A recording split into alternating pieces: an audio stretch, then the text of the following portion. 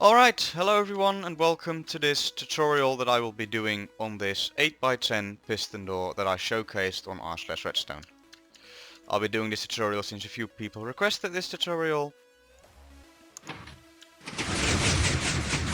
This piston door, it opens quite quickly but does make a lot of noise, so if you're against that I probably don't want to build this piston door.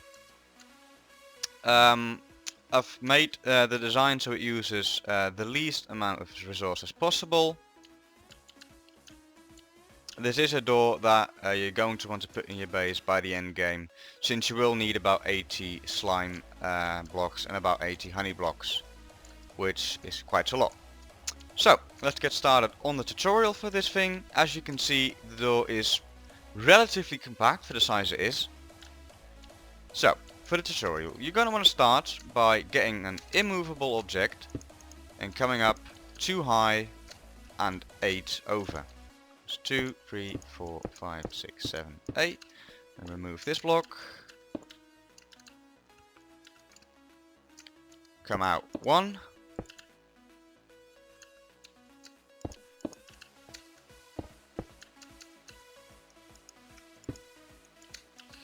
And then come up another 10. So that is 1,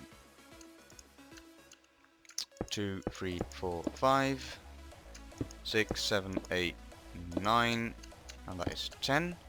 Same on the other side. 1, 2, 3, 4, 5, 6, 7, 8, 9, 10. Then come back one more and complete the 8 row down here. These blocks don't necessarily need to be furnaces, they do need to be immovable objects, so they can be obsidian, droppers, dispensers, they can be that as well. I'm using furnaces since they're relatively cheap. Alright then, so after you've completed this structure you want to come out here and place 1, 2, 3, 4, 5, 6, 7, 8, 9 blocks, remove these here. Put a sticky piston underneath this block and face an observer into the piston. Like so. And then you want to come up a total of 8 blocks down here, so that's 1, 2, 3, 4, 5, 6, 7, 8. Put down another 2, punch out this block and face an observer which directs its signal into this block right here. So as you can see, the signal is being directed into this block. Repeat the same thing on the other side. So that'll be 1, 2, 3, 4, 5, 6, 7, 8, 9. Piston with an observer facing the other way. Remove these blocks. And then come up 1, 2, 3, 4, 5, 6, 7, 8. And then 1, 2. Punch out this block and face an observer into that block right there. Next, what you want to do is put a block here, another one here, and then one more. Get a non-sticky piston, face it downwards so it's facing this block right here. Remove these 2 blocks, put a slab here and another slab right here, and then put some redstone dust on top. This makes it so when this piston is activated, this observer sends a signal into this block, which is detected by this redstone, which sends the column of blocks back down again, as such. As you can see, the piston moves upwards, and then pushes all the blocks right back down after 3 ticks, as you can see. Do the same thing on the other side then.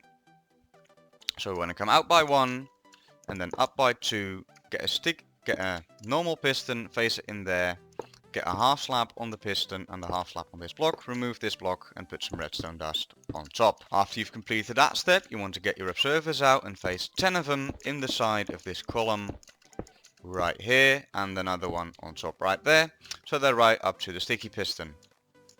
What this column now does is this is going to activate your door and push it inwards, since all of the observers get updated at the same time. Using a column like this instead of sticky pistons with a block on it will save you about 40 sticky pistons in the entire build. You want to do the same thing on the other side, so you get the bottom observer, you come up by 1 block and then place a line of 10 observers in this fashion right here, right up to this normal piston right there. After you've put the observers in place, we're going to come out here and place a row of immovable blocks to stop the flying machine when it reaches the end. So you want to come out here and place some immovable objects right at the side of the column, all the way up to that normal piston right there. Alright, now we're going to build the flying machines that are going to open and close the door. So you want to come out from your observer and place a sticky piston facing towards the door frame on every observer. Like so, do that on both sides.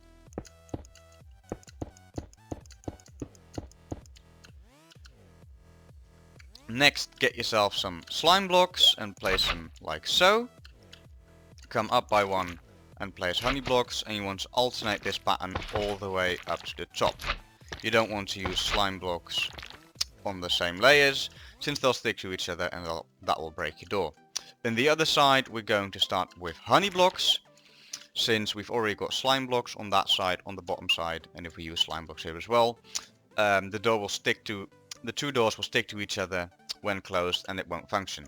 So we're going to alternate this pattern up here as well. And that is the first part of your flying machine done. Now before we move on, I would like to point out a little mistake that I made. This row of immovable blocks needs to be one higher so the flying machine can pass underneath. So we're going to come up here and then get ourselves a row of immovable objects so the flying machine can fit underneath. Next, you're going to want your either your slime block or your honey block, depending on what you've used on this layer. On this layer I've used honey block, so we're going to come out like 1, 2, 3, 4, 5, 6. And we are going to alternate this pattern all the way up to the top.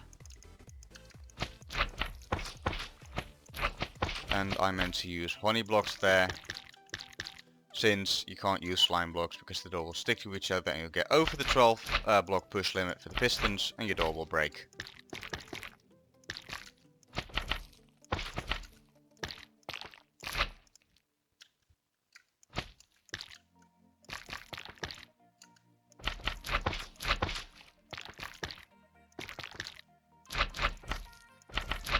Alright, then do the same thing on the other side. Like so, and that is most of the flying machine done. Next, we're going to want to make sure that the flying machine can also retract, so we're going to get our observers and make sure that the signal is pointing towards this air block right here. We're going to fill that all the way up to the top and then get some sticky pistons and face them into these blocks right here, like so.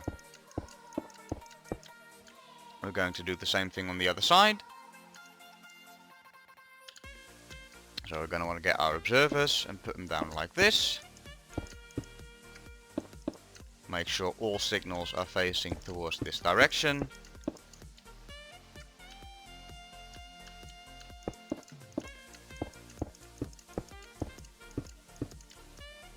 And then that is that.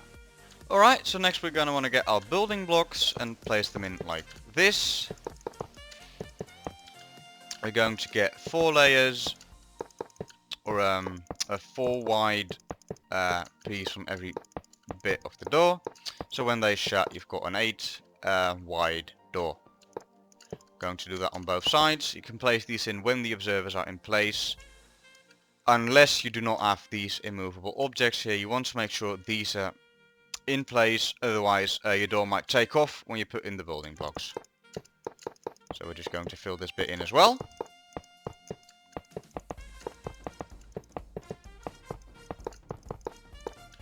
And that is the flying machines done. Alright, so next you're going to want to get your observer and face it like so. So the observer is positioned like this, out from the third block. Then we're going to put a piston right here and put 8 blocks on top. So that is 1, 2, 3, 4, 5, 6, 7, 8. put down another 2 blocks, punch out this block, and get your observer to point its signal into this block right here. Now we're going to come out here, put a block down, come up by 2, get a normal piston facer in there, punch out this block, put a slab right there and a slab right here, punch out this block, and put some redstone dust on top. We've now created the same circuit we have over here, but then for returning the door. We're going to do the same thing right over here, so this observer is pointed like this. Get a piston, 8 blocks, not right there.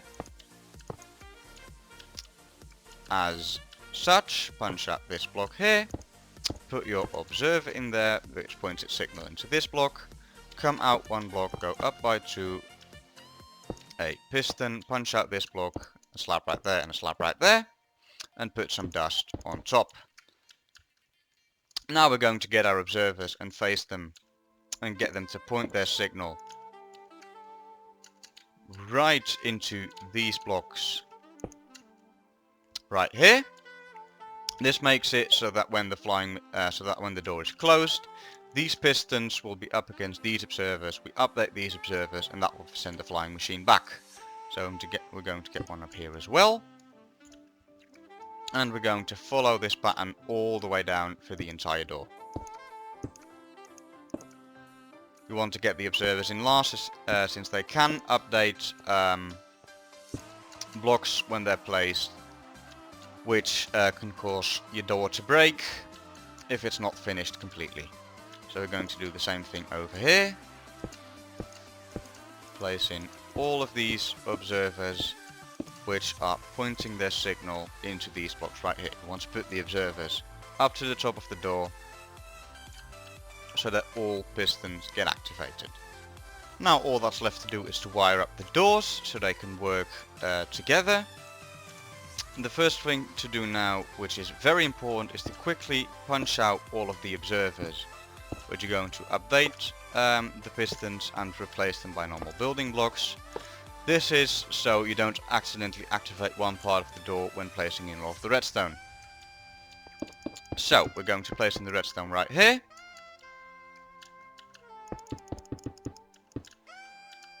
Now one important thing to remember is to put a repeater down right here and put it on 4 ticks. This is because it takes 3 ticks for this column to activate completely, and you have to fire it twice in order for the door to properly function. So we're going to put an observer down here as well on 4 ticks, and then hook the 2 of these up. Alright then, so the door is almost done. What we want to do now is to punch out these temporary blocks and put the observers back, like so.